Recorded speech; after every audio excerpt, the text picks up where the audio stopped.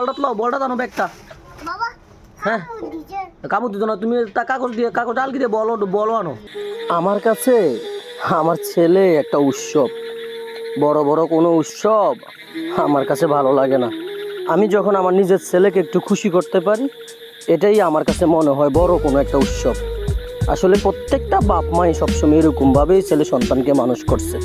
আমার বাপ আমাকে, আপনার বাপ আপনাকে, সবাই সবার বাপ সবাইকে এরকমভাবেই মানুষ করছে।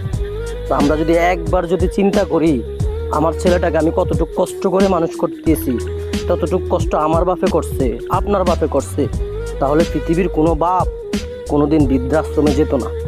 তো এই ভিডিওটা শুধু আপনাদের কাছে এই জন্যই পৌঁছাইতেছি যে সবাই সবার বাপ মাকে একটু খেয়াল রাখিয়েন। কারণ সবাই ছেলে যদি সবার কাছে উৎসব হয়, তাহলে আমরাও তো ছিলাম আমাদের বাপ মার কাছে একটা উৎসব। ওই উৎসব নামের যে মসজিদরা, এই মসজিদটা কেউ নষ্ট করিয়েন না। বাপ মা সবার কাছে একটা মসজিদের থেকেও বড়।